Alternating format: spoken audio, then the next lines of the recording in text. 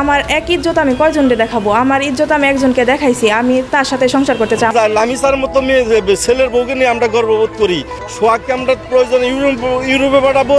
সোহাগের যে শ্বশুর অহংকারী নুমান, তার চাইতে বড় লোক করে ছাড়বো আমরা।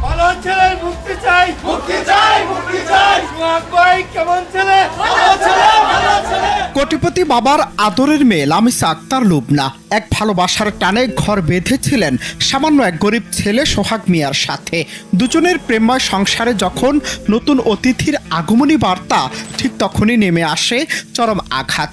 মেয়ে অপ্রাপ্ত বয়স্ক এই অজুহাতে মেয়ের পরিবার হবু স্বামী সোহাগের বিরুদ্ধে নারী ও শিশু নির্যাতন দমন আইনে মামলা করে।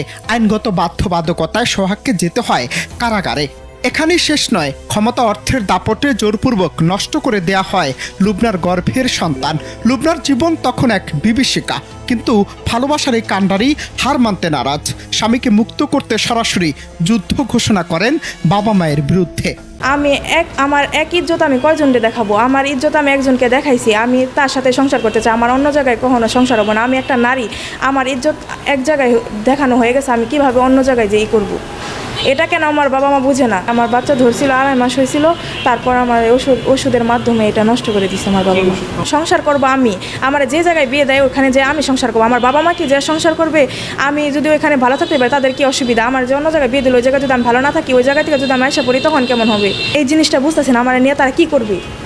আমি এতবার করে চলে আসছি, তারপর আমার কেন নিতেছি? তার পরিবার যখন তার ভালোবাসাকে, তার মাতৃত্বকে অস্বীকার করলো, তখন লুবনা এক অবিশ্বাস্য সিদ্ধান্ত নিলেন।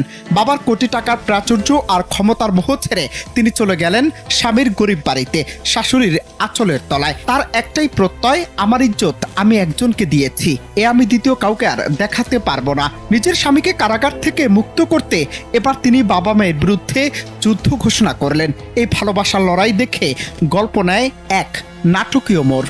এই লামিসা আর সোহাগ যে প্রেম করেছে, এটা শিরি ফরহাদ, লাইলি মজনু, তাদেরকে তারা এই জামানার যদি তারা থাকতো, তাহলে এই সোহাগ এবং লামিসার ইতিহাস রেকর্ড হয়ে যেত। আর লামিসাকে যদি লামিসার বাবা মেনে না নেয়, আমরা 100 লোক দাঁড়িয়ে আছি লামিকে মেয়ে হিসাবে স্বীকৃতি দিব। আমার মেয়ের মতো থাকবে সে। এইরকম 100 লোকের স্বীকারোক্তি দিচ্ছে যে আমাদের কোর্টে উন্নয়ন, এই যে লামিসা আমার মেয়ের মতো। যেখানে লুবনার পরিবার তার বিপক্ষে, সেখানে লুবনার পাশে সে দাঁড়ায় সোহাগের পরিবার আর পুরো এলাকাবাসী। চাঞ্চল্যকর এই ঘটনা টাঙ্গাইলের কুমুল্লির নামদার বাজার এলাকার। জনতা শুধু লুবনার পাশে দাঁড়ায়নি, তারা সোহাগের নিঃশর্ত মুক্তি এবং এই দম্পতির ভরণ পোষণের দায়িত্ব কাঁধে তুলে নিয়েছেন। যেখানে মানববন্ধন করেছেন তারা। ভাষ্য তাদের, আমরা লুবনাকে আমাদের মেয়ে হিসেবে স্বীকৃতি দিয়েছি।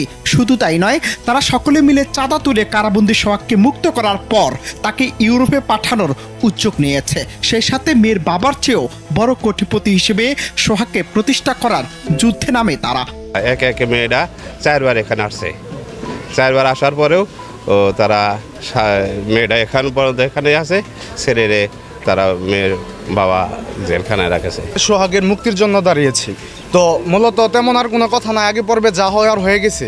এখন আমরা আমাদের একটা উদ্দেশ্য, সেটা হচ্ছে আমাদের সোহাগের আমরা মুক্তি। ছেলেটা গরিব বিধায় এই ছেলেটার প্রতি অনেক অন্যায় অবিচার করা হইতেছে। মেয়েটা যদি ম্যাচিউর নাই হইতো, মেয়ে ইন্টার সেকেন্ডারি কিভাবে পড়বে? বিয়া করছে, ফ্রিজ করে বিয়া করছে, বিয়ার কারণে তার 4 বার মেয়েটা এসে 4 বারই ঘুরিয়ে দিছে। বাবে মায় গরিব মানুষ ঘুরিয়ে দিয়ে দিছে। একটি প্রেমে এর এমন অবিশ্বাস্য আত্মত্যাগ, আর সেই ত্যাগের পাশে সমাজের এমন দৃঢ় সমর্থন ইতিহাসে বিরল। লুবনার বাবা মায়ের ক্ষমতা অর্থের দাপটের বিপরীতে দাঁড়িয়ে কুমুল্লির নামদার বাজারের এই শত শত মানুষ যেন প্রমাণ করে দিলেন ভালোবাসার বন্ধন যে কোনো আইনি বাধার ঊর্ধ্বে। এই ঘটনা এক নীরব প্রতিবাদ, যা সমাজকে প্রশ্ন ছুড়ে দেয়, একটি মেয়ের প্রাপ্তবয়স্ক হওয়া কি কেবল জন্ম তারিখের ফিতে মাপা যায়, নাকি তার ভালোবাসার গভীরতা এবং ইচ্ছাশক্তি আসল পরিচয়? অনন্ত হাসান মাসুদ, বাংলা টিভি।